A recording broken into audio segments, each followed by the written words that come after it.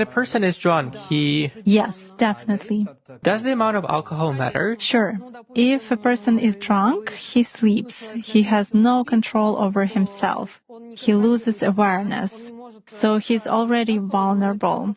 Basically, alcohol lowers vibrations instantly, then it is easier to work. It is easier to attach an entity, and it is easier to take possession of a person's mind. Does it mean that it's more difficult to influence a person if he keeps his thoughts in purity? Yes, absolutely. When faced with various religions, it is very difficult to influence Muslims. They are in a constant connection with the egregore. They do namaz every day and read prayers on a daily basis. They are constantly under some kind of a dome, so it is very difficult to influence them. When you start impacting a person, he begins to address in a prayer. Indeed, many of them are very different from those who come to church only when everything is bad in their life.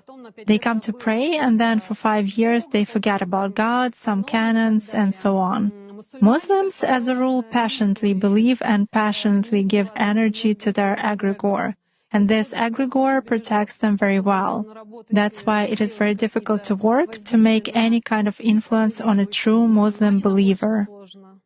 Is this some kind of a good egregore? Well, for them, yes. This egregore is good for adepts who contribute good energy to it. How do you sense it? For instance, you have found an energy trace of such person. What's next? Do you try to drag him somehow to visualize this threat and you fail? Or how do you do that? It disappears. I cannot get a grip on it. I focus on it, but something immediately knocks me out of the flow, just like that. Or I visualize a person in front of me clearly and can affect him even at a mental level, but some image is not created in my mind at all.